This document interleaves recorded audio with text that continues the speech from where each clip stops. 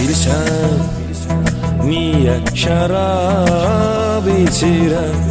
Çəkdim min cür əzab içirəm. Bilsən, niyə şərab içirəm? Salam, Soyuz Parfüm mağazamıza xoş gəlsiniz. Salam qədəqəm, salam. Hörmətli müştəri, necə kömək ola bilərəm ki, 3 gün qalıcı ətirlərimiz 50 millisi 10 manatdır. Sonra qramı 50 qəpikdən başlayan ətir yağlarınız var. 5 qram alana 2 qram da hədiyyə verilir. Bir də nə ətrafı düşürsən, Mən bir manatıq səskə çək orada. Tez elə, belə.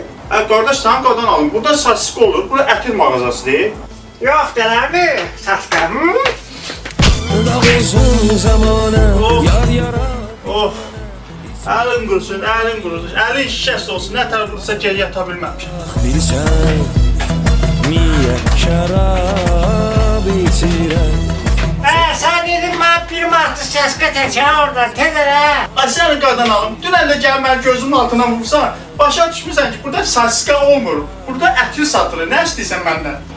İndi səskə yoxdur, eləmi? Vallahi yoxdur.